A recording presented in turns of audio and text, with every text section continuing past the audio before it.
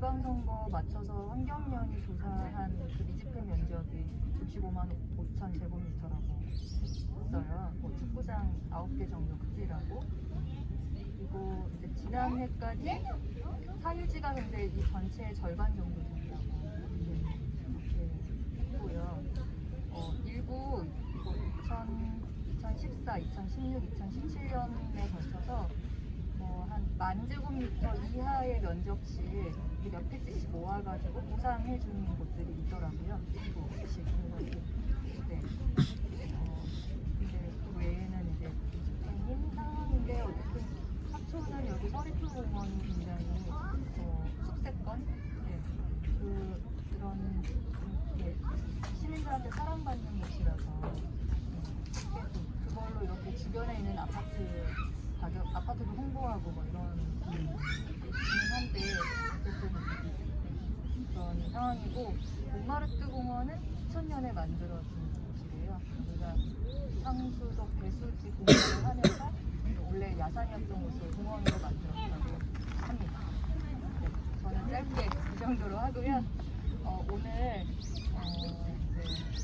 도시공원 일몰제에 대해서 전반적으로 말씀해 주실 맹지연 시장님과 또 토지의 계획적 원칙에 대해서 토지 이용의 계획적 원칙에 대해서 말씀해 주실 이계세 교수님을 모셨는데요. 네, 큰 박수로 자연스럽게 시작하겠습니다. 네. 방금 소개받은 이지연입니다. 지금 이제 저희 미집행공원, 그러니까 도시공원 시효 제도라고 하거든요. 이게 99년도에 마이크가 안 되는 거 되는 것 같은데요. 네, 되고 있어요. 99년도에 분당의 그 학교 부지로 자기 대지가 묶인 토지 소유자분께서요, 이거 부지로 지정해놓고 장기간 조성을 안 하니까 이게 너무 과도한 재산권의 침해다 해서 헌법소원을 제기하셨어요. 그래서 헌재 판결에 따라서 이게 논이나 뭐 임야나 밭은 그 지정 당시의 목적대로 이용이 가능하니까 그거는 토지 소유자가 감수해야 할 사회적 범위라고 얘기한 반면에 이 대지에 대해서는 과도한 사유재산권 침해다. 그래서 헌법 불합치 결정을 내렸습니다. 그러면서 2000년도에 도입된 제도가 도시계획시설 실후 제도입니다. 도시계획시설이라 함은 약 한 45개의 도시 기반시설, 도로, 상하수도, 뭐 학교, 폐기물 처리시설 등등이 많이 있는데요. 그 중에서 도시계획으로 결정된 것들을 도시계획시설이라고 합니다. 이 사실은 이 도시공원 같은 경우에는 다른 시설과 달리 이게 지정 당시의 목적 그대로 지정을 해놓고 특별히 조성을 안 해도 사실 공원 이용에 크게 제한이 없습니다. 그리고 이 서리풀공원 같은 경우에는 제가 도시공원들 많이 다녀봤는데 굉장히 특이해요. 그러니까 이렇게 잘 조성된 서구식 공원은 사실상 별로 드물고요. 대부분은 뒷산 야산 정도의 그런 근린공원 형태라고 보시면 되겠습니다. 이런 도시공원은 이제 전체 뭐 도로라든지 이런 상하수도 이런 것들은 80에서 거의 100%까지 집행이 됐어요. 그 20년 동안. 그렇지만 도시공원 같은 경우에는 지금 56%가 미집행 공원으로서 여러분들이 이용하시는 공원의 절반이 좀 넘게 미집행 대상이라고 보시면 되겠습니다. 그런데 이 도시공원에 있어서의 또 하나의 특징은 이게 원래 돈이 있으면 아파트나 상가를 사지 누가 개발도 안 되는 도시공원을 사겠습니까? 즉 도시공원은 선조부터 물려받거나 아니면은 본인이 산 경우는 대부분 없습니다. 정중 땅, 학교 부지, 종교 부지 이런 분들이 되게 많으세요. 그렇다 보니까 이 국공유지도 많습니다. 아예 예전에는 토지, 특히 임야는 나무도 잘 자르지 못했을 뿐더러 개인의 소유를 인정하지 않았다고 해요. 그래서 국공유지가 한 27% 정도 돼요. 그래서 이 도시공원 일몰제 대응에 있어서의 되게 정책의 지표는 저는 좀 국공유지라고 생각을 합니다. 이 국공유지 같은 경우, 그리고 또 이제 임야가 대부분이지만 약 한 3%가 과도한 사유재산권의 침해가 있는 대지로 분류되는 토지들이 있는데요. 그 중에서 국공유지 대지가 훨씬 많아요. 그렇기 때문에 우리가 국공유지에 대해서 도시공원 일몰 대응을 어떻게 수립하느냐가 굉장히 중요합니다. 그런데 이 부분에 대해서 이제 중요해서 먼저 제가 지적하자면은, 저희가 이제 2017년 4월부터 활동을 했는데 열심히 활동을 해서 이게 아니 남산이나 관악산도 이게 국공유지인데 없어지는 게 말이 되냐 그랬더니, 이제 사실 그 정부에서도 그거는 받아들였어요. 이렇게 국공유지에 대해서는 10년 유예를 하되 평가를 통해서 1회 안에서 10년을 더 연장할 수 있어서 최장 20년까지를 유예한다고 했는데, 근데 거기에 이제 저희는 원칙적 배제, 아예 일몰 대상에서 국공유지는 제외해야 된다라고 그걸 요청을 했습니다. 뭐 시도지사협의 시장 군수구청장 협의하고 같이 법안을 만들어서 국회에서 여러 차례 토론회를 하고 했었는데 정부가 그걸 받아들여지지 않았어요. 단지 그 유예 원칙으로 하고 거기다 또 독소 조항까지 심어가지고 그 공원으로서 유지가 불가능한 것에 대해서는 해제할 수 있다라는 조항을 담았습니다. 그래놓고서는 올 3월에 시행령을 개정을 했는데 과간이에요. 통상 보호지역에 있어서의 시행령은 그런 형태로 나올 수가 없습니다. 그거는 거의 개발 쪽 법률에서 나오는 건데요. 이미 공원시설이 아닌 시설이 있거나 내지는 구체적인 다른 용도, 공원 용도가 아닌 다른 용도로 이미 계획이 있다면 해제할 수 있다는 거예요. 그렇다 보니 이게 지금 전체 정부가 5월 말에 우선 해제 대상 필지 5,057필지를 그 해제 대상으로 올렸어요. 그런데 그러다 보니까 서울시 같은 경우에는 사유지는 다 지켰는데 국공유지가 해제될 판인 거예요. 그래서 이 서울시 같은 경우 굉장히 좀 적극적인 대응을 하고 있는데요. 뭐 쉽게는 뭐 이런 공원이에요. 저희 환경연 뒤에 사직공원이 있어요. 뭐 거기 사직 도구사무소, 사직 파출소, 뭐 어린이 공원, 뭐 독서실, 뭐 거기 보면은 뭐 기체 좋아하시는 분들 뭐 많이 있어요. 그거를 해제하겠다고 국방부가 올려놓은 거예요. 그리고 또 뭐 효자공원이라고 해서 거기는 이제 그 도시 재개발하면서 거기는 뭐 아파트가 아니고요, 주택가인데 거기에 이제 경로당 있고 그 이제 체육시설 좀 있고 나무 좀 몇 그루 있고 이런 곳을 해제하겠다고 다 올린 거예요. 한마디로 도심에 있는 요지 땅, 팔고 싶은 땅들을 다 올렸더라고요. 그래서 이제 저희가 그 부분에 지금 적극적인 대응을 지금 하고 있는데 월요일날 이제 판결이 날 예정입니다. 그래서 저희가 요구하는 거는, 근데 이제 지자체에서 이게 참 어느 동네에 사냐 잘 너무 중요한 것 같아요. 이게 지자체에 따라 물론 개발 압력도 다르고 그리고 또 보호에 대한 의지도 다릅니다. 그리고 또 너무 숲이나 이런 데가 흔한 또 지역 같은 경우에는 사실 도시공원에 관해서 그다 인지가 없는 이제 그런 특성도 가지고 있습니다. 하여튼 그럼에도 불구하고 서울시는 대체적으로 공원을 지켰는데요. 어떻게 보면 서울시가 그 도시공원 정책에 있어서 가장 바람직한 모델에 가깝다라고 보여집니다. 그러니까 그 이유가 헌재에서 말한 그 과도한 재산권의 침해가 우려되는 곳에 대해서는 1조 3천억 원의 지방채를 발행해서 미래 세대와의 분담을 통해서 부지를 매입하고요. 나머지는 원래 도시공원 일몰제도가 만들어지면서 그걸로 대응하기 위해서 만들어진 제도가 도시자연보호구역제도입니다. 그거는 일본의 지역제 녹지제도라고도 하는데요. 사실 보호지역을 그 나라에서 다 사라는 건 미친 짓이죠. 네, 왜냐면은 뭐 우리 후세들도 그런 걸 사야 되는데 빌려 쓰는 거잖아요, 사실은요. 그래서 그런 거를 다 사라고 하는 나라도 없을 뿐더러 그걸 일시에 안 샀다고 해제하는 나라도 없습니다. 그래서 이런 잘못된 입법, 그리고 도시공원, 특히 이런 근린공원 같은 경우가 뭐 사실 소공원 같은 경우는 조금 이해는 돼요. 어떤 조성을 안 하면은 뭐 그런 이제 수요에 따라서 조정이 가능하지만 이런 근린공원 같은 경우에는 전혀 대상이 되지 않는데 그런 잘못된 제도 때문에 도시공원 일몰제가 탄생됐다, 그렇게 보시면 되고요. 그리고 지금 이제 6월 30일 날 해제되면 끝이 아니냐 이렇게 생각하시겠지만 사실은 그렇지가 않습니다. 지금 현행 제도가 어떻게 되어 있냐면요, 2005년도에 법 개정을 통해서 이미 그 도시공원의 경우에는 워낙 미집행률이 높다 보니까 앞으로 그 조성할, 매입할 계획이 없는 공원들은 20년이 안 돼도 2015년 그 2005년도에 법을 만든 이후 10년 이내에 해제토록 하는 법을 이미 2005년 당시에 만들었습니다. 그것 때문에 사실상 지금 해제 예정인 것이 이제 7월부로 해제될 예정이 한 368제곱킬로미터인데요. 그보다 조금 넓은 공원이 이미 한 차례 해제가 된 바가 있습니다. 그리고 지금 그때 당시에 해제 안 시키고 지키겠다고 한 게 지금 이 368제곱킬로미터인데 이거의 56%가 이제 미집행이라는 거죠.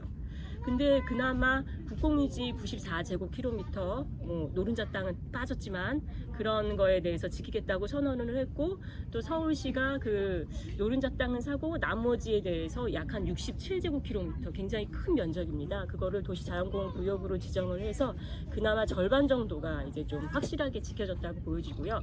나머지는 뭐 보존 녹지 가겠다, 나머지는 해제한다 이런 부분인데, 이런 거는 사실 도시공원으로 이용할 수 있는 법적 그 근거가 없기 때문에 공원이라고 볼 수가 없습니다. 그렇고 그리고 또 하나는 2025년까지 약 167제곱킬로미터에 해당하는 도시공원이 추가로 일몰될 예정입니다.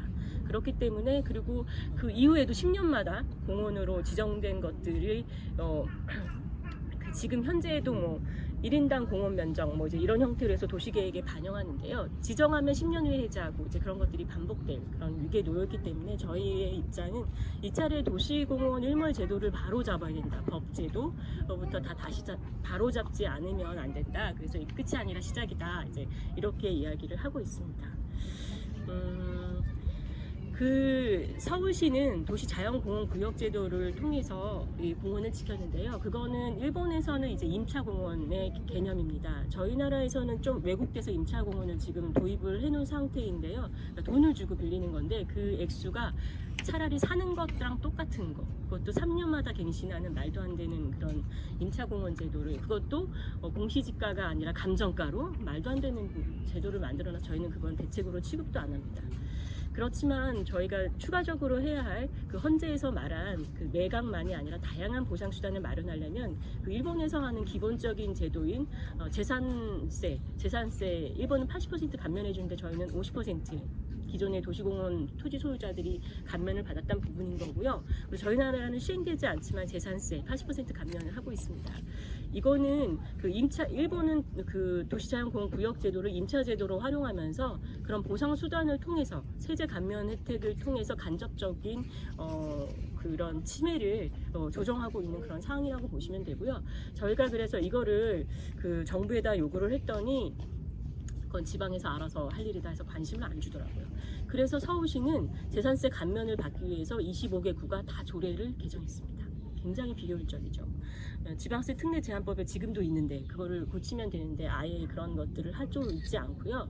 그리고 상속세는 부자 감세라고 안 해줍니다. 물론 이분들이 어마어마한 부자임에는 맞습니다. 그렇지만 빌려 쓰는 땅인데 해제할 바에 저는 그거 해주는 게 맞다고 봅니다. 상속세 100년에 한 번 해주는데 그걸 왜 못 해주냐, 이제 그런 거고요.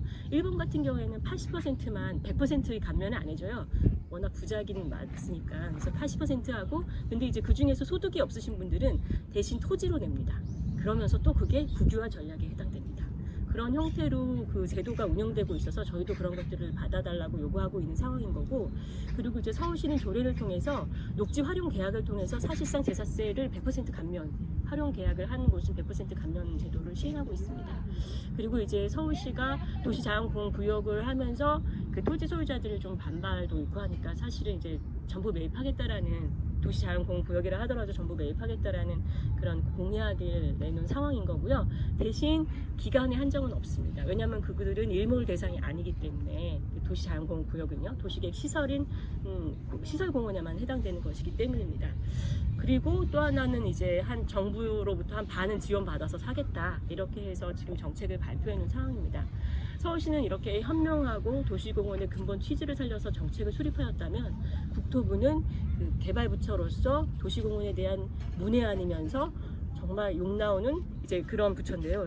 몰리에 아까 그 대통령령을 만든 것도 참 기가 찬 일이고요. 사실상 아무리 높은 국립공원이라 하더라도 피로 불과한 그 공공시설은 다 들어가게 되어 있습니다. 사실상. 그렇기 때문에 고순덕 변호사님이 국회 가기 직전에 그 이천동에 그 소공원, 어린이공원하고 파출소 껴있는 공원을 삽니다. 도시공원 일몰제를 알기 때문에 샀죠. 그런데 지금 그것이 이제 공시지가가 오르면서 5배가 뛰어서 275원 정도가 됐어요. 그래서 그걸로 굉장히 큰 차익을 얻게 됐고, 그 지금 이제 그게 원래는 이제 그 거기가 동비천동에 여러분도 아시겠지만 다 아파트 단지고 아파트를 지면서 그 정도는 사실상 기부 체납한 거로 보여지는데 그게 이제 제도가 바뀌면서 워낙에 이제 그러고 보면 참 국토부도 미쳤죠. 그 이제 국토부 소관 법령이면은 그것이 행정자산의 국공유지로서 공원 이외에 매각을 하면 안 되지만 기재부로서는 이게 일반 자산이기 때문에 돈 되는 건 팔아서 이제 나름대로 또 자산의 가치를 높이고자 하는 그런 욕심이 있습니다. 그렇다 보니까 이게 기재부 소관이다 보니까 이게 그 공무원 연금공단으로 매각이 이게 법적으로 소유가 넘어갔고 거기에서 이걸 팔아버린 거예요. 그러면서 이제 그런 사건들이 있었는데 이번에 국공유지 그렇게 노른자 땅을 매각하면 그런 일이 얼마든지 벌어질 수 있다. 이런 것이 이제 저희의 주장입니다. 그래서 지금 현재 저희가 요구하는 것은 그렇습니다. 이거 그리고 또 하나는 이제 하나만 더 말씀드리자 보면은 서울시는 그런 정책을 폈다면은 그 보수 정권이 들어서는 2009년도부터 이 도시공원 일몰 정책에 대해서 큰 변화가 있었습니다. 그게 이제 도시자연공원으로 가려고 했던 것을 딱 틀어서 민간공원 특례 사업을 하기 시작한 거예요. 그래서 원래는 20% 아파트 개발하고 80%를 이제 공원으로 하는 그런 것들을 방식을 취해서 제도를 만들었는데 그 당시에는 아무도 하지 않았어요. 사실 공원에 손을 대는 공무원들은 다 이제 두려운 거죠. 그래서 실질적으로 안 했다가 이게 이제 박근혜 정부 들어서면서 더 많은 푸시를 하기 시작했어요. 빨리 해제해라. 보호를 위한 권고를 하는 게 아니라 해제 가이드라인을 돈 없으면 20년까지 기다릴 것도 없다. 빨리 해제해라. 그게 핵심이었고 그러면서 규제를 어떻게 바꿔주냐면은 이제 책임지는 면적은 원래는 이게 20만 제곱미터를 민간공원 특례 사업으로 하면서 20%를 개발하는 것을 10만으로 줄여주면서 대신 아파트 개발할 수 있는 곳들은 30%를 늘려놨어요. 그러다 보니까 이 부지 중에서 노른자 땅 있는 주변으로만 이 민간공원 특례 사업을 지정하기 시작했고 그걸 중심으로 해서 지금 숲세권 아파트가 뜨면서 전국적으로 건설사들이 다 붙기 시작했어요. 그래서 사실은 여기 저희가 그 민간공원 특례 사업이 주민들하고 소소한 환경단체들이 지역 단체들이 싸우지만 그 대상은 사실 건설사들인 거죠.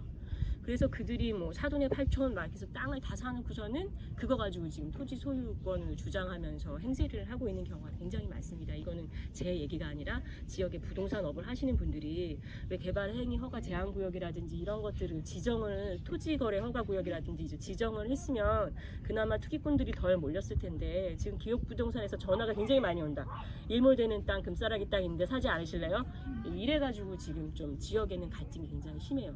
서울은 도시자연공원 구역제도로 눌러놔서 완전히 스무스하게 넘어갔죠.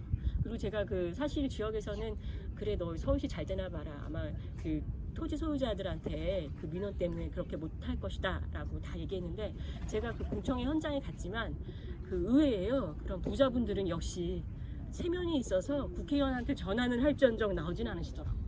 네. 그리고 또 거기서 오히려 그 종교부지나 종중부지들이 자기들은 강제 수용에 반대한다. 나는 공원으로 유지되는 거에 전혀 불만이 없는데 왜 내 땅을 강제로 뺐냐. 이런 거에 굉장히 불만을 막 플랜카드로 스님들이 막 30년 깔리길래 저희 굉장히 긴장했거든요. 근데 정반대 요구를 하셨어요. 근데 단지 대전에서 도시공원 일몰제 하면 역시 현명한 집은 서울이지 해서 일원동에 있는 그 근린공원을 기획부동산한테 속아가지고 지금 사신 분들이 지금 가장 큰 반발을 하시고 사이트를 만들어서 소송을 준비하고 계세요. 그래서 그분들이 토론회 꼭 나오세요. 네, 그래서 그런 정도의 양상이라고 보시면 되고요. 근데 이 민간공원 특례 사업은 정말 문제입니다. 이게 세계적으로 유례가 없어요. 그러니까 이제 일본의 사례 중에서 이제 두 가지 사례가 저희 조사한 바에 따르면은 뭐 공원 큰 거 있고 호텔 하나 있고 뭐 이 정도는 저희도 좀 봐줄 수도 있을 것 같아요.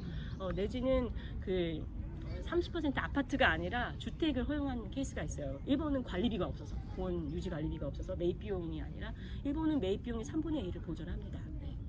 그런데 그거 딱 하나의 케이스에서 완전 무너졌어요. 주민들이 반발이 너무 거세가지고요.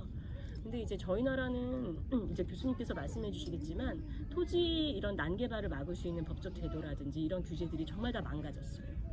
이제 IMF 이후에 정권이 보수화되면서 그나마 있었던 그 도시계획적인 수단들이 다 무모가 됐고, 하물며 박근혜 정부 시절에는 어떻게 대통령이 얘기했냐면 규제를 완화해서 지자체에서 조례로서 강화할 수 없게 만들어라가 그게 오다였어요. 그러다 보니까 지금 저희 토지 활용 이용 제도는 굉장히 엉망이다라고 보시면 되고요.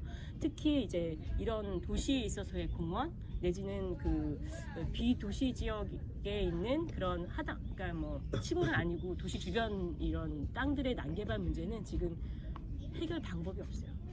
아주 처음부터 다시 짜야 되는 이제 그런 상황에 있습니다. 그래서 근데 최근에 이제 어제 천안 아산에서 민간공원 특례 사업 관련해서 지금 광주에서 감사원 감사 청구했어요. 그거는 왜 그랬냐면은 그 30%가 아니라 이 6%만 개발해도 그 수익이 나는 거예요. 그래서 사실 그렇기 때문에, 그리고 말로는 민간공원 조성 사업이래요. 법적으로도.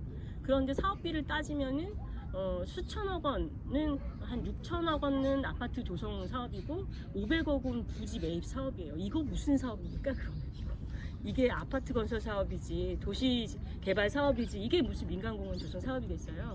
그래서 지금 현재 그 청주에서 그 어제 이제 천안시에서는 이제 주민투표에서 실패를 한 게, 거기에서 반대에서 그 대책이 그 반대 건설업자 추진들 민간공원 조성 뭐 추진위원회 뭐 이런 식으로 선전을 하는 거예요. 그러면서 그 투표하지 않는 것이 민간공원을 조성하는 유일한, 해제해서 막는 유일한 방법입니다. 뭐 이제 이런 식으로 했고, 그리고 막 그것도 이제 사실 지역에 보면은 여당은 노력은 안 하지만 정의당은 노력을 합니다. 도시공원 지키기 위해서. 그래서 노란 플랜카드로 그걸 해놓은 거예요. 마치 정의당처럼. 그런 식으로 해서, 그리고 또 공원이라는 게 이제 그 주변에 많은 지역들이 있잖아요. 그런데 이제 공원의 진입로에 따라서 접근성이 달라집니다. 근데 그거에 대한 투표를 진짜 많이 이용하시는 분들 동네보다 가까이는 있지만 접근이 불가능한 지역 주민들이 훨씬 더 그 사이트에 많이 들어와 있었던 거예요. 그러면서 이게 홍보도, 거기 그 동네에 사는 사람 아니면 투표도 못할 뿐더러 홍보도 못해. 그러면서 이게 그 투표율이 그 한도를 넘지 못해서 사실 개표도 못하고 좌절되는 그런 뼈아픈 그런 상황입니다. 이건 했다면 원래대로라면 당연히 이기는 싸움인데 투표율이 저조해서 하지 못하는 이런 말도 안 되는 그런 상황이 놓여 있고요. 그리고 광주 같은 경우 감사 청구는 6%만 하기로 했는데도 36곳에서 막 과열을 돼서 서로 하겠다고. 중앙공원이 또 노른자 땅입니다. 거기 가보시면 가운데 큰 호수가 있고 신도시 같은 형태여서 너무 좋은 땅이다 보니까 거기 개발하는 것 때문에 그 6%만 개발한다고 해도 굉장히 많은 그 건설업자들이 몰렸고, 그런 과정에서 그 누가 더 가점을 왜곡했냐 안 했냐, 원래는 난데 왜 너냐 막 이런 식으로 해서 사실 감사 청구한 케이스가 되고요. 그리고 대전 같은 경우에는 공론화를 했어요. 그것이 이제 거기 이제 환경단체들의 아이디어로 공론화를 해서 거긴 성공을 했어요. 근데 또 거기는 또 그 건설업자가 또 행정소송한 걸로 알고 있어요. 거기도 이제 끝나지 않은 이제 그런 거가 되겠습니다. 그런 식으로 사실 이 민간공원 특례 사업이, 그래서 이제 지역에서는 이거 과도하고 이 부분에 대해서 제도적인 조정이 필요하다, 그런 논란들이 많이 있습니다. 여기까지가 제가 이제 최근의 이슈와 공원에 대한 이야기였습니다. 이제 수용할 수는 수용권이 생기니까. 근데 저도 좀 약간 이해하는 게 실시계획 인가만 되면 되는 것 같은데 수용에 대한 보상 문제가 자꾸 이제 언급되다 보니까, 그러니까 인가는 있어도 현재 국토계획법상에 있어서의 장기 미집행 도시계획 결정 같은 경우 보상을 안 해주면 위협하다고 해버렸으니까 인가와는 무관하게 보상 문제는 또 이제 붙어나가는 것 같고요. 약간 이제 두 개가 겹쳐 있는 느낌은 좀 들긴 들어요. 실시계획 인가 안에 보상 기준이라든지 보상 대상자 다 확정되는 거 아니에요? 그렇게 보상 해서 대상은 확정은 되는 거죠. 대상되고 네. 보상액도 보상액은 확정 안 됩니다. 보상액 그건 나중에 다시 해야 됩니다. 다시 해야 돼? 예. 그 저기 뭐야 실시계획 인가하고 그 시가, 그러니까 예. 그 공시 시가를 기준으로 해서 하는 걸로 되고, 다만 이제 그렇게 해서 정하겠지. 실시계획에서 얼마 근데 대지 면적이 얼마인데 거기에 그거를 평당 얼마로 해서 얼마로 매입한다 이렇게 하고, 거기에 대해서는 분쟁이 생기면은 나중에 이제 뭐 협의가 되든 수용을 하든 지방 토지 수용위원회든 거기 또 이의가 있으면 지방 토지 수용위원회 이렇게 가겠지. 제가 지금 올려드린 거 텔방에 보시면 마지막에 올라가 있는 게 실시계획 인가 고시인데 거기에 지금 교수님 말씀처럼 주요 내용 해가지고 공원 조성 사업 반가로 3번에 사업의 면적 및 규모, 면적 7,046, 내용 토지 보상 이렇게 되어 있거든요.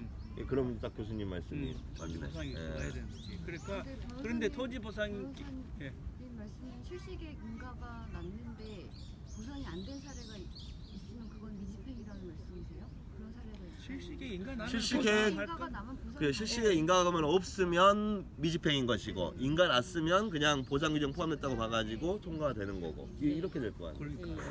근데 이제 실시계획 인가할 때 그걸 다 보고 인가가 나가는 거기 때문에 이제 그대로 이제 수용이 될 거고 다만 이제 내 땅 그걸 못 판다 하면은 이제 분쟁이 그거는 별도로 되겠죠. 그럴 것 같은데. 예. 맞습니다. 도시 자연공원 구역으로 지정한 곳들은 좀 분쟁이 될 것 같은데.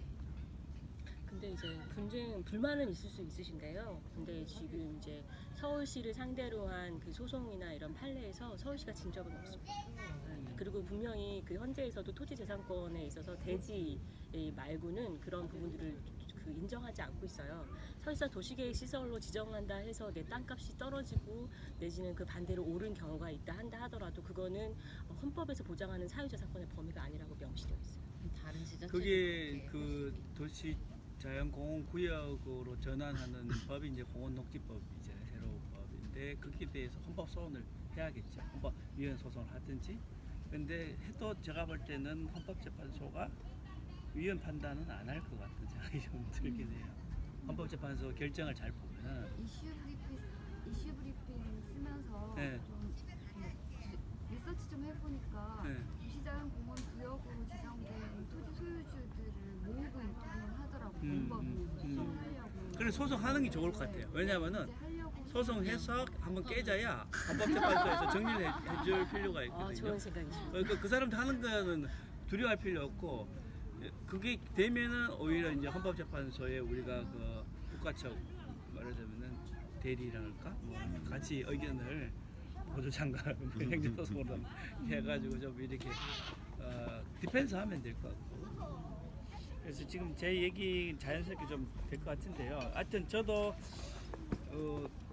저는 지금 경북대학교에 있습니다. 그리고 지금 도시자연 도시공원 문제, 일몰제 혹은 실효제 문제와 관련해서 이제 여러분들하고 같이 의견을 모으고 있고 그리고 이제 제가 앞부분에 오늘 원래 이제 계획적 개발 원칙 그걸 얘기하려고 했는데 그거는 일단 다음에 좀 말씀드릴 기회가 있으면 하고 제가 이제 총괄적인 거를 좀 개조식으로 쟁점 같은 걸 좀 뽑아가지고 정리를 하고 이 부분에 대한 더 자세한 얘기들은 이제 여기서 다룬 이분 글에서 하겠다 이렇게 해야 될 것 같고요.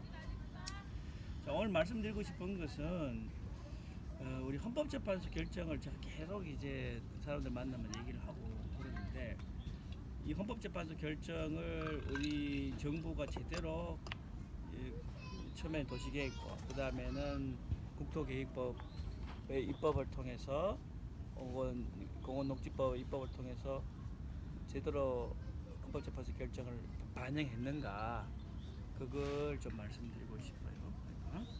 우리 헌법재판소가 이 토지재산권과 관련해서 굉장히 중요하게 내린 결정이 이제 98년도 그린벨트 결정입니다. 그린벨트 결정이 10년 만에 나왔죠. 89년도에 헌법재판소 문 열자마자 갔는데 헌법재판소가 이런 결정을 쉽게 할 수가 없는 거예요. 엄청난 거니까 이게.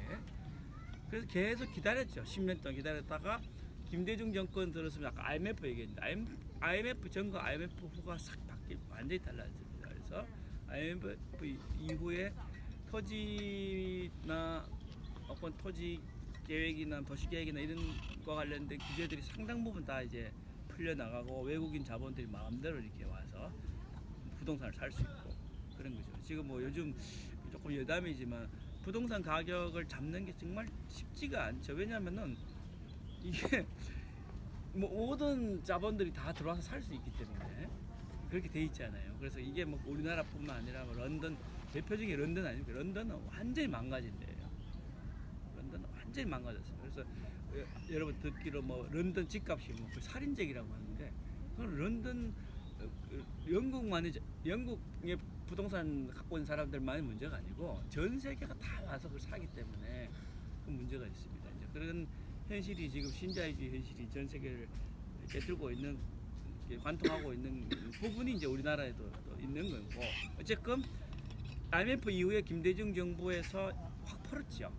그래서 이제 98년도 헌법재판소 결정이 나올 수 있었던 거고 헌법재판소 결정의 핵심이 뭐냐? 핵심이 뭐냐? 우리 헌법 23조 1항, 2항, 3항이 있는데 헌법 23조 1항, 2항은 재산권의 내용과 제한입니다. 재산권을 보장하고 그걸 제한할 수 있다는 거. 다만 그 제한이라고 하는 것은 통상 재산권은 제한을 받을 수밖에 없는 거고 사회적 구속성이 있는 거고 재산권을 뭐 일정 정도 제한한다 해서 그게 전부 다 보상을 해야 되는 건 아니다라는 게 23조 1항, 2항이고요. 3항은 재산권에 기본적으로 사용, 수용 및 제한이 이렇게 돼 있는데 사용, 수용, 제한되어 있는데 기본적으로 수용입니다. 예, 수용이 되면은 보상을 해야 되는 거죠. 그래서 문제가 되는 게 이제 재산권을 수용하거나 재산권을 사용하는데 보상을 지급 안 하는 경우는 없어요. 예, 그건 거의 찾아볼 수가 없습니다. 남의 땅을 수용하는 재산권을 박탈하면서 전면적으로 박탈하거나 부분적으로 박탈하면서 보상을 안 한다. 그건 뭐 어느 나라나 그거는 가능하지 않습니다. 그거는 다만 헌법에 따라서는 보상하는 방식이 달라져요. 예? 이게 독일 같은 경우는 일반 그 자본론에서 나온 표현에 따르면 생활수단과 생산수단 그걸 두 개를 구분해서 생활수단에 대해서는 일반 재산권 보상에 따른 거고 생산수단에 대해서는 사회화 규정이 따로 있습니다. 그거는 뭐냐면은 시장 가격보다 낮게 보상해도 돼요. 근데 그런 규정은 우리나라에는 없습니다. 근데 이런 헌법 규정을 두고 있는 나라도 있는데 어떤 쪽이든 간에 생산수단이든 생활수단이든 그걸 수용하면서 아무런 보상도 안 한다. 그건 공산주의예요. 그 무상몰수, 무상분배 그건 없습니다. 자본주의 체제에서는 없습니다. 무조건 보상이 있어요. 근데 보상을 얼마나 할 거냐 하는 거는 수준이 달라지는 거죠. 헌법적으로. 그래서 우리 헌법 23조 돌아와 보면 수용을 하면서 또는 다른 사람의 땅을 사용하면서 보상을 안 한다. 이런 건 없어요. 문제는 뭐냐? 제한이죠. 제한. 그게 독일 헌법이나 다른 나라 헌법하고 좀 다른 게 제한이 그것도 들어가 있다 보니까 이 제한이 23조 1항 2항에서 재산권에 대한 내용을 규제하는 그 제한하고 어떻게 다른가 가지고 학자들이 막 몇십 년 동안 논쟁을 해왔어요. 그게 뭐 경계 이론, 분리 이론 하는 건데 우리 헌법재판소가 어쨌든 독일 이론은 뭐냐면은 23조 1항 2항 분리돼서 재산권에 대해서 암만 이걸 강하게 제약을 해도 이게 수용이 되는 건 아니다 이렇게 보는 거예요. 예. 수용이 되는 건 절대 아니다. 여전히 재산권에 대한 제한이다. 그런데 재산권에 대한 제한 중에서도 정말 그 헌법재판소 그린벨트 판결에서 말한 것처럼 대지인데도 불구하고 나대지인데 여전히 그냥 그린벨트로 묶어놓고 그냥 그린벨트로 근데 임야다 논이다 그러면 그린벨트 묶어놓으면 거기서 농사 짓고 하면 되는데 대지가 돼버렸어요. 대지고 그거는 집을 짓는 것 말고 건물 짓는 것 말고는 아무것도 할 수가 없는 땅인데 그냥 계속 그냥 그린벨트로 있으라 이렇게 하는 거는 그거는 재산권에 대한 제한치고는 너무 심하다. 근데 그건 풀어줘야 된다는 거죠. 풀어준다는 말의 의미가 뭐냐면은 그린벨트를 풀어주라는 게 아니고 매수 청구권을 행사하든지 아니면은 보상을 하든지 아니면 일부 그 부분에 대해서 뭐 해지를 하든지 하여튼 여러 가지 방법을 통해서 그 부분에 대해서는 보상을 해줘라는 거거든요. 근데 그것도 안 하면 그거는 위헌이다라는 거거든요. 그러니까 우리 헌법재판소의 판시 사항을 보면은 조금 모호하게 뭐 재산권 그런 경우에도 보상을 안 하면 재산권 제한이 위헌이다 이렇게 표현이 되는 학자들은 그거를 그 헌법재판소 표현을 잘못한 거고 핵심은 뭐냐면은 보상 입법을 안 한 게 위헌이다 이렇게 보거든요. 이걸 보상 입법 부작위 위헌사입니다. 이 입장이 헌법재판소가 계속 유지하고 있는 거예요. 그러면 제가 이 말씀을 왜 드리냐면은 도시공원 문제도 도시공원을 오랫동안 장기 미집행하는 것 자체가 위헌이 아니에요. 그거는 장기적으로 뭐 계획에 따라서 집행이 빨리 될 수도 있고 늦게 될 수도 있어요. 예? 빨리 될 수도 있고 늦게 될 수도 있는데, 근데 아까 말씀하신 것처럼 도로라든지 뭐 이런 그런 부분들의 도시계획 시설 같은 경우는 도로를 뭐 30년, 40년 동안 건설 안 한다. 그러면 그거 폐지하면 돼요. 별 문제가 안 돼요. 근데 그거를 미집행하는 경우 거의 없습니다. 근데 막 말씀드린 것처럼 공원이 지금 문제인 거죠. 공원을 갖다가 아까 우리 저 최재형 변호사님 71년도라고 했는데 박정희 대통령이 헬기 타고 다니면서 저 공원에 저기 그린벨트에 이렇게 한 거죠. 그게 취미였을 거야 아마. 헬기 타고 다니면서 그거 괜찮네. 그거 그런 식으로 이제 우리나라 그 얘기 좀 지나가 버렸는데 도시계획 결정 자체가 처음부터 주민들이 같이 모여서 이걸 어떻게 할 건지 고민하고 이렇게 된 게 아니라 그냥 위에서 그냥 눌러 찍은 거죠. 이렇게 지금 이런 사달이 난 건데, 그래서 이 부분은 어쨌건 앞으로 새로운 입법이나 정책을 통해서 바꿔 나가긴 해야 돼요. 그냥 이렇게 정부가 국가가 일방적으로 자치단체 일방적으로 여기는 공원해 여기는 뭐해 이렇게 하는 게 아니라 주민들의 의견을 수용해서 공원도 만들고 하는 그것이 돼야 되는데, 헌법재판소 결정을 다시 돌아보면 이게 지금 아까 말씀드린 것처럼 도시계획 시설계획이거든요. 시설이에요, 시설. 그러니까 시설이니까 시설을 해야 되는 거잖아요. 시설을 하려면 토지 수용을 해야 되는 거고 그런 개념으로 되어 있는데, 사실은 이게 이 헌법재판소 결정 이후에 도시계획법 그리고 이후에 국토계획법이 바뀌면서 이른바 실효제죠. 그 뭐 일몰제라고 하는 거는 일반적인 표현이고 법률 용어로는 실효제를 하면서 대응을 해야 되겠다고 해서 나온 게 도시녹지공원법을 개정해서 이걸 도시공원 중에서 도시공원 여러 개 있거든요. 뭐 장미공원도 있고 한데 그 중에 하나가 도시자연공원인데 공원구역인데 도시자연공원인데 도시자연공원만큼은 이걸 구역으로 바꾸자. 이렇게 놔두면 안 되겠다라고 한 거잖아요. 그러니까 그런데 그렇게 쉽게 구역으로 바꿨다라고 하는 말은 기본적으로 도시공원 중에서도 도시자연공원은 시설이 아니라 구역 개념으로 가야 된다는 거죠. 네? 그렇게 보면은 그렇게 구역 개념으로 가게 되면 헌법재판소 결정 다시 돌아가면 그런 구역들은 이게 뭐 언제 이거를 시설할지 그거는 장기 미집행이라는 개념 자체가 헌법재판소의 관점에서 봤을 때도 그거 뭐 얼마나 갈지에 대한 판단을 할 수가 없는 거죠.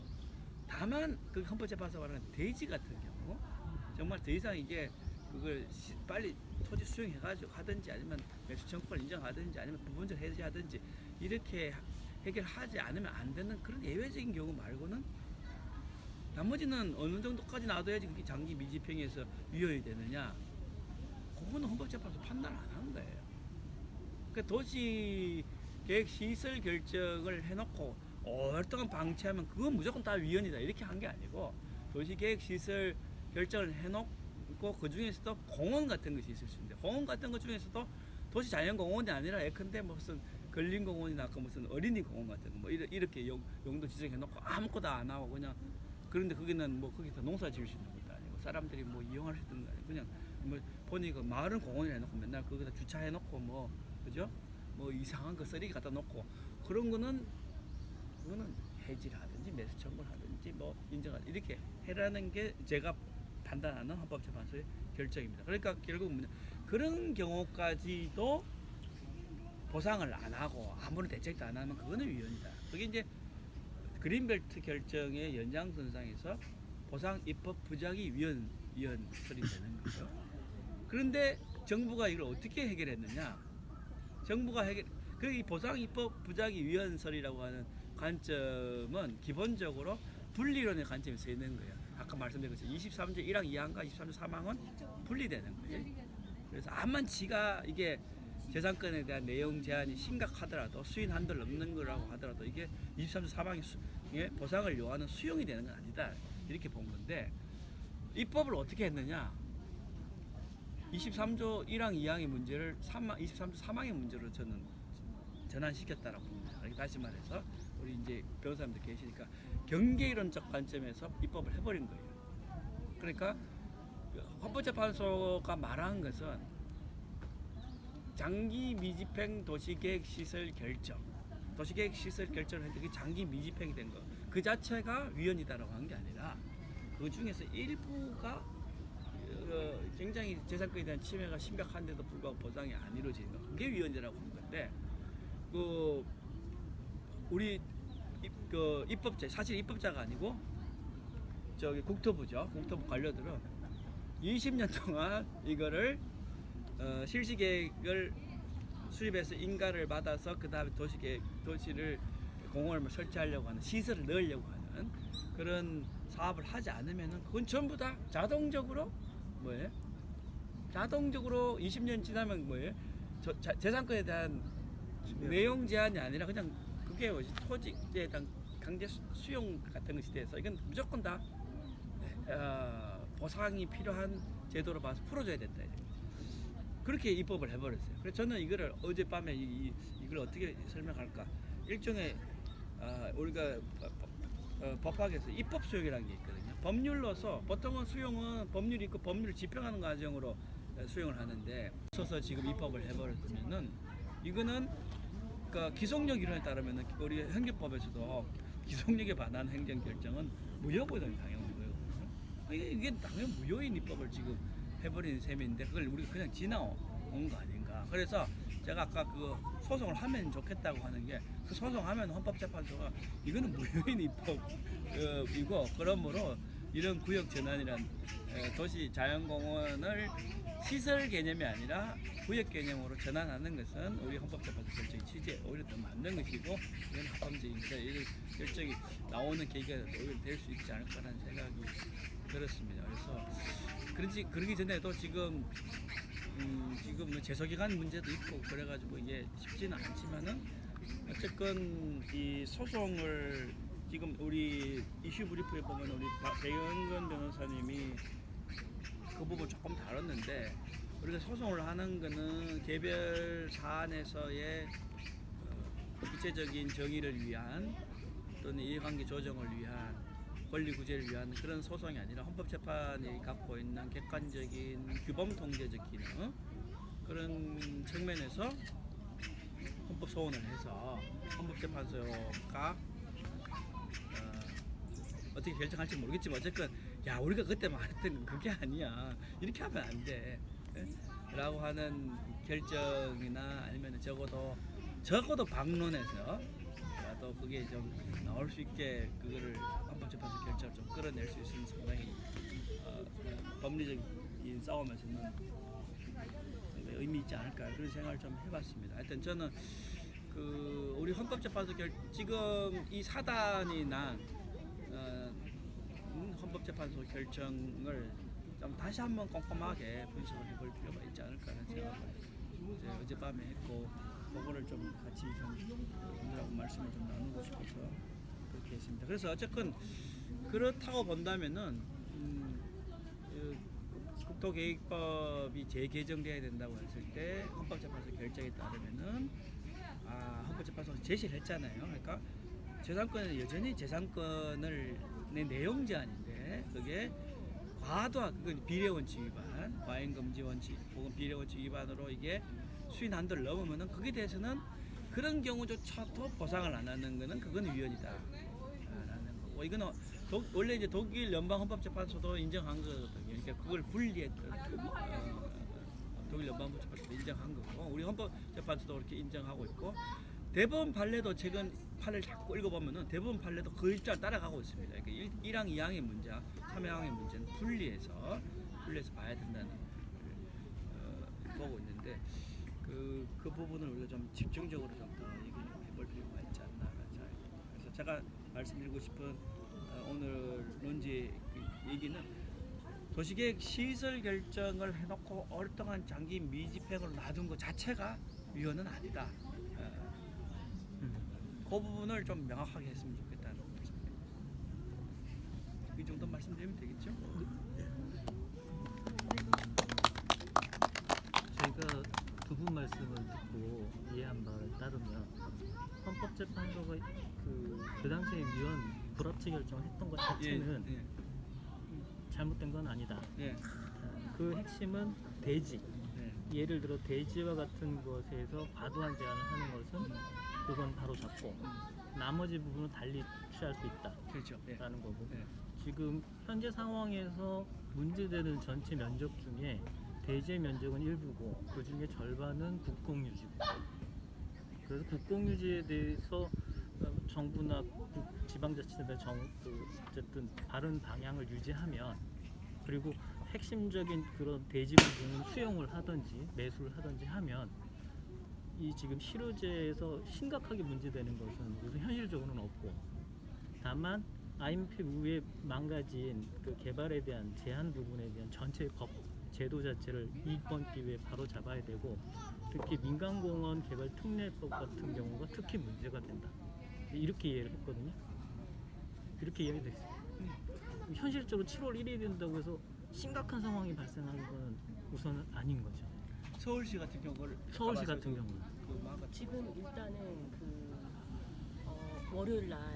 월요일 날에 이제 국토부에서 공고를 내요. 그래서 서울시 해제 대상 공원도 지금 꽤 많거든요. 그거를 지금 서울시도 굉장히 그 조율을 많이 했는데 그거를 지금 이제 중간에서 뺄 수가 있어요. 그런데 그게 얼마나 빠질지. 국공유지 해제 그걸 말씀하시는 거죠? 네네네. 그거에 대한 부분들이고 그리고 이제 또 하나는 지금 민간공원 특례 사업이 그래서 이제 그거를 이제 해제를 시킨다 하더라도 해제된다 하더라도 지금 그러니까 한마디로 지금 한 3분의 1 넘게 한 절반 정도가 사실상 이제 해제나 그게 가까운 게 되는 거거든요. 근데 그거에 대해서 그 지자체가 개발 행위 허가 제한 지역을 묶을 수가 있어요. 그러면 3년 동안 어떤 개발 행위도 못하고 그 가운데에서 저희가 다시 공원구역으로 이제 지정이 가능한데 사실 지자체에서 그렇게까지 할 때가 서울시밖에 없지 않을까 지금 그런 생각을 좀 가지고 있습니다. 제가 민간하고 국공유지가 있을 때 네네. 국공유지를 국가에서 풀고 지방자치에서 풀어버리고 네네. 그다음에 민간한테 뭐라고 얘기하기가 그렇죠. 모양이에요. 네. 말이 안 되죠. 네. 근데 그러면 그걸 팔고자 하는 겁니까 정말? 뭐 사실 세부적으로는 뭐 그 속내를 알 수는 없으나 근데 뭐 구체적으로 드러난 것 중에 하나는 이제 일부 지역 같은 경우는 거기다가 이제 임대 아파트를 지려고 하는 경우도 있어요. 근데 뭐 영구 임대는 아닐 거예요. 늘 뭐 10년 임대 뭐 이런 식으로 하는데 그런 형태로 좀 국토부가 가장 큰 문제가 뭐냐면요. 이제 개발하지 않고 냅두면 못 견디는 그런 네, DNA인가요? 그리고 너무 웃긴 거는요. 이제 장기 플랜을 가지고 사실 지금 도시는 노후화되고 있어요. 기성시가지에 뭐 이렇게 잘 나가는 서초구 뭐 이런 데 빼놓고는 굉장히 노후되어 있는 게 서울에 곳곳이 많고요. 멸실주택도 되게 많아요. 그런 것들을 장기 플랜을 가지고 거기다가 얼마든지 그 도시 정비를 하면서 주택을 지을 수가 있거든요. 서울시는 그런 방향으로 가고 있어요. 근데 국토부는 짧은 시간 내에 성과를 한꺼번에 내려니까 그린벨트를 자기 땅처럼 도시공원을 자기 땅처럼 생각하는 거예요. 그러면서 녹지는 한꺼번에 그걸 이렇게 강제 수용을 해도 워낙 그 도시공원 같은 경우에는 그러니까 나라 땅이니까 얼마나 편해요. 그러니까 그렇게 하려고 하는 거죠. 그러니까 정부는 지금 원래는 지금 자연자원 총량제도라고 해서 그 독일의 자연침해 조정제도를 우리나라에도 도입을 하려고 하고 있어요.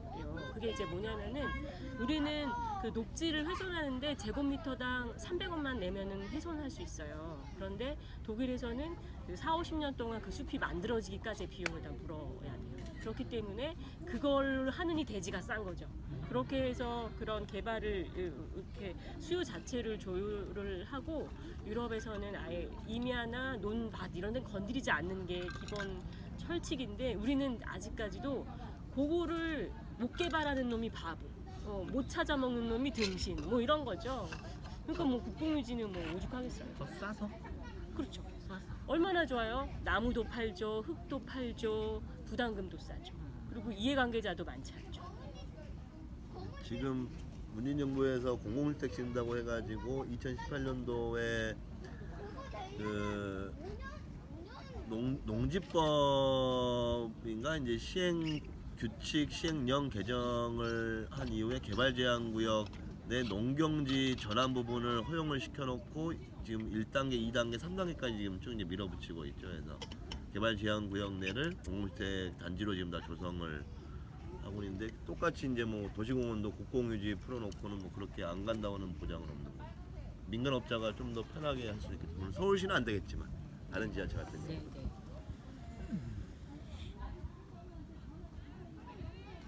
근데 이제 지금 우리나라는 이제 인구가 급격하게 감소되면서 그 공원은 주는데요. 1인당 도시공원 면적은 늘었어요. 인구가 줄어서. 좋은 방법이다. 네네네. 근데 이제 그게 그래서 원래는 그 통계가 이상하게 미집행이 막 팍팍 그 해제되는데 통계는 늘어나는 거예요. 그런데 뭐 그렇게 해서 늘린 게 지금 1인당 10제곱미터예요. 근데 이제 유럽이나 이런 데는 보통 1인당 30제곱미터까지 가요. 네, 그리고 뭐 엉망이라고 말씀하셨지만 영국의 런던 같은 경우에는 50%를 녹지로 조성하는 내셔널 파크 형태의 도시공원을 이제 만드는 계획을 가지고 있어요. 다 사는 거는 불가능하기 때문에 이런 지역제 녹지 제도를 활용해서 그런 정책들을 펴고 있는데, 그래서 이제 외국에서는 이제 그런 것들을 그린 인프라로 이게 없어서는 안 되는 그 도로처럼 생각을 한마디로 하는데, 우리나라는 이렇게 생각해요. 아, 국토의 64%가 산인데 왜 지켜? 이런 거죠. 그렇지만 우리 주변에는 산이 없는데, 네, 도시화율이 90%인 거고요. 인구의 90%가 도시에 살아요. 그러면 이제는 도시도 정주 환경에 대해서 신경을 써야 된다는 거죠. 아무리 먼 가족이 있으면 뭐합니까? 친척이 있으면 뭐합니까? 옆집이 중요한 거지. 그런 것처럼 이제 그린 인프라로서의 전환이 정말 필요하고, 그리고 실제 그것이 현실에 반영되는 게 숲세권 아파트가 너무 인기인 거예요. 지금 다 이런 거죠. 뭐 학군도 잠깐, 우리 집 옆에 숲 있다, 이거거든요. 예. 근데 시민들은 그런 것들이 가장 중요하게 여겨지지만 정책 당사자인 특히 국토부는 그런 거에 대해서 지속 가능성에 대해서 마인드가 전혀 없다. 정말 아파트 개발업자와 똑같은 마인드로 본다는 거죠.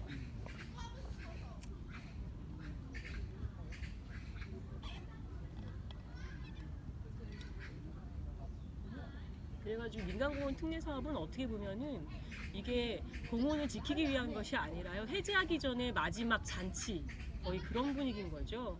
이게 아니면 해제가 되면 강제 수용 어떻게 해요? 강제 수용할 수 있는 기회도 주고 막대한 이익도 챙기고 개발이 불가능한 곳을 개발하게 해주고, 이거 완전 특권입니다. 근데 그들이 정작 제공하는 도시공원은 올라가기가 힘들어요. 왜냐하면은 요지 땅은 아파트들이 다 자리를 선점하고 나머지 찌쓰레기만 이제 공원으로 기부 체납하면 되니까 질과 상관이 없거든요.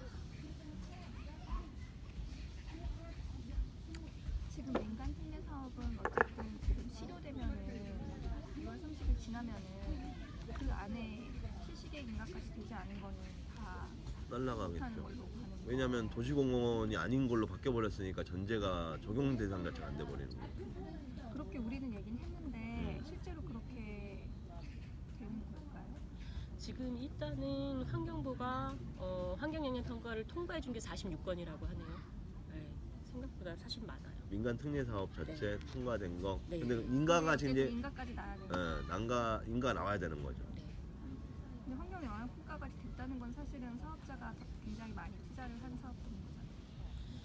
그러니까 그럴 뭐 경우는 뭐 용역 비용이 드는 거죠. 처리가 어떻게 될지. 나가서 만약에 떨어졌어, 민간 특례가 아니 이제 도시공원이 풀렸어요. 그러면 도시관리계획 변경 절차는 어차피 같이 해서 밟고는 있는데, 이게 이제 광역지자체, 그러니까 천안 같은 경우에는 천안시가 도시관리계획 변경 결정 권한이 있어요. 그런 데는 되겠지만 청주 같은 경우는 충북에서 이제 떠넘겨야 돼요. 그럼 현재 도시관리계획 변경 절차가 같이 이제 들어가고 있었고 그게 나왔겠죠.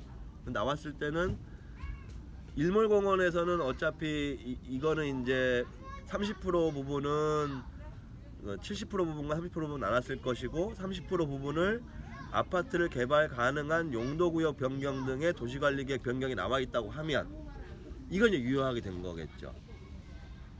그 30% 나와 있다고 하면. 근데 이게 나오는 걸 전제로 하는데, 이게 나오려면 실시계획과 같이 맞물려가지고 환경영향평가를 했어야 되는 것이고, 이걸 한 번에 다 지금 원큐에 원스톱으로 나가는 걸로 알고 있거든요.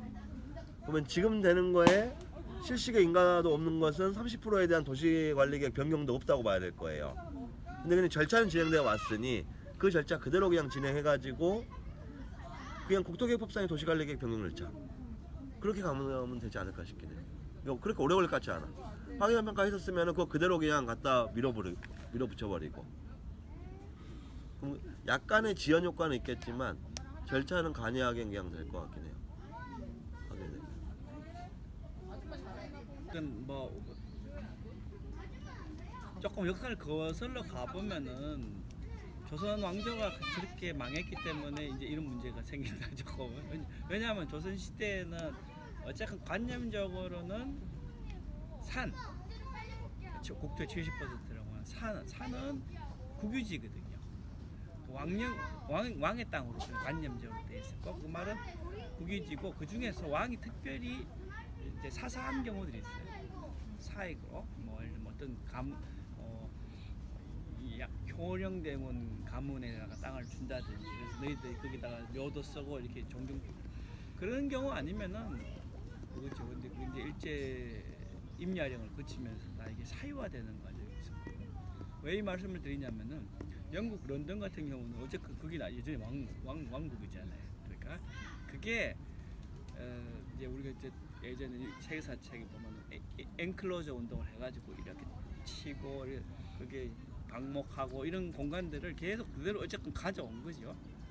그래 그것이 이제 왕이 갖고 있거나 아니면은 아주 높은 귀족이 갖고 있거나 하는 것들이 이제 이제 지금에 와서는 국유지가 되고 그리고 그 과정에서 이제 말하자면 트러스트 개념들이 들어와가지고 국가가 갖고 있긴 하지만 그거를 잘 국가가 선의 관리 의무자로서 관리를 해야 되는데 팔아먹는 거는 아니죠. 근데 그런 식으로 되고 독일도 보면은 베를린에 제가 살아보니까 그 베를린에 있는 뭐 엄청나게 넓은 공원들이 상당수가 결국은 왕의 땅이었어요. 왕의 사냥터라든지 제일 중앙에 있는 거기 티어가르텐이라고 있거든요. 엄청 큽니다. 왕의 사냥터라든지 아니면은 뭐 프리드리히 왕이 사열하던 뭐 그런 그 군대 사열장이라든지 그런 땅들이 이제 그대로 이제 조성이 돼 있는 거죠. 그리고 숲이라는 게 보면은 그 티어가르텐 아마 베를린 가보신 분들 가보셨을 텐데 가보면 막 숲이 우거져 있거든요. 근데 그게요 2차 대전 때 거의 이제 그 중심지기 때문에 폭격 맞아갖고 막 불타고 난리 나고 그 다음에 불타고 난 다음에는 45년도 5월달에 다 붕괴되고 난 다음에 아무것도 없잖아요. 그 시민들이 가가지고 일단은 얼어 죽으면 안 되니까 다 나무를 베갔어요. 그래서 진짜 한 50년 시점에는 아무것도 없는 거예요. 아무것도 없는 거예요. 그 넓은 땅에 나무 하나 없고. 그러면서 55년에 독일이 이제 한 10년 정도 이후부터는 좀 다시 잘 살았어요. 그때 다시 나무를 심자 해가지고 독일 전역에서 그쪽으로 막 묘목들을 보내고 심어서 지금 그 50년, 60년 년 다시 그렇게 된 거예요. 그러니까 의지만 있으면 땅만 그대로 그거를 아파트 안 짓고 계속 갖고 있으면 다시 숲으로 만들 수 있고 이렇게 할 수 있는 겁니다. 그렇게 잘 돼 있는 거기 독일 베를린의 숲이 그렇게 많은 40%가 넘습니다.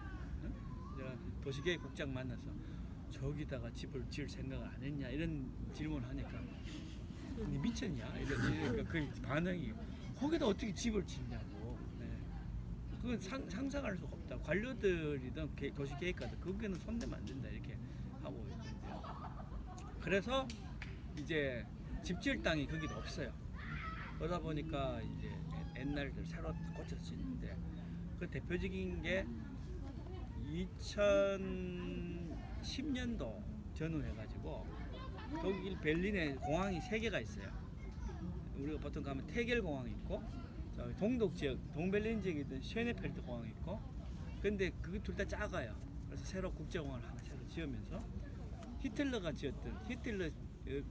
애용했던 공항이 시내 한복판에 있어요.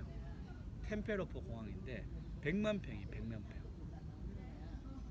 그 제가 가봤는데 몇 번 갔는데 100만 평이 평지로 있으면요 상상이 안 갑니다. 안 보여. 끝이 안 보여요. 서울대학이 100만 평이라고 그러는데 뭐 주변 땅하고 다 해가지고 그리고 근데 그걸 시민들이 막았잖아요. 공원을 놔두라고. 그냥 하더라고 그냥. 저 같은 사람들한테 이해가 안 돼. 왜냐면 그 베를린시 같은 경우는 주택 문제 심각하거든요.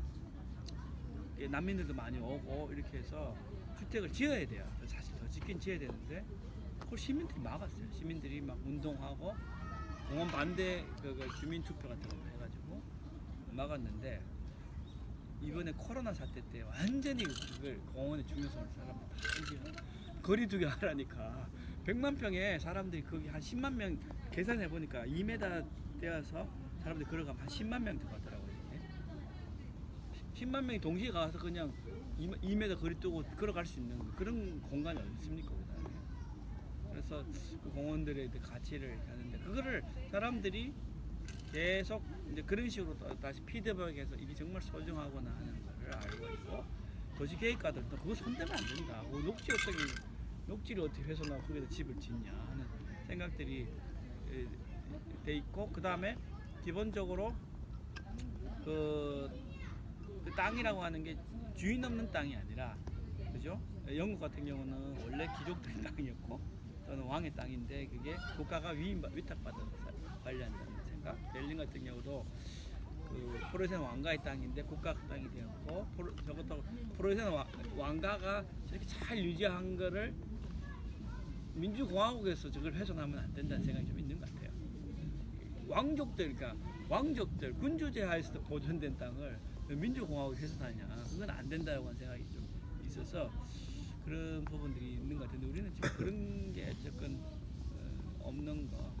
그래서 결국 이게 도시공원 문제도 우리가 땅 하나를 더 지키고 이런 것도 있지만 시민들이 이 공공공간 공유지에 대해서 생각하는 거를 좀 바꾸는 계기로 삼는 그런 운동과도 연계돼야 될 것 같고 그렇습니다. 지금 보면 너무 답답한 것 같아요.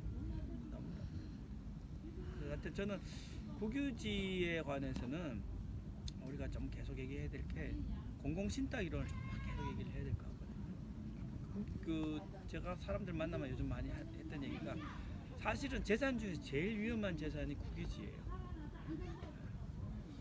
그 사찰 땅이라든지 이런 사유지들은 그거 왜 수용하냐? 우리가 계속 잘 갖고 있겠다 이런 게 있잖아요. 근데 국유지는요. 정권 바뀌어서 이명박이 등장하면 그냥 팔려 나가는 거예요. 관료가 딱 생각하고 저기다 스키 활강 캠프 지어야 되겠다 생각하면 순식간에 500년 동안 유지되던 땅이 그냥 스키장이 되는 거예요. 예, 사유지면은 그거는 막 사유지니까 정황한 사람이 있죠. 이거 왜 우리 땅을 수용해가지고 거기다 스키장을 집어넣으려고 하느냐. 국유지는 그런 절차가 필요 없어요. 용도 변경만 하면 끝이에요. 그래서 저는 국유지가 제일 위험해요. 그러면 그런 국유지를 마음대로 이렇게 용도 변경하고 활용하고 개발하고 할 수 있는 것을 막는 게 뭐냐. 공공신탁이라고 하는 그런 부분을 사실은 이제 미국 같은 경우는 그 공공신탁 이론이 가능한 거는 공공신탁에 위반되는 관리 행위를 일반 주민들이 퍼블릭 액션을 통해서 할 수 있잖아요. 소송을 통해서. 우리 그런 게 없으니까 뭐 방법이 없는 거예요. 그래서 이 부분에 대해서 우리가 좀 어떻게 대응해야 될까 고민 좀 많이 해야 될 것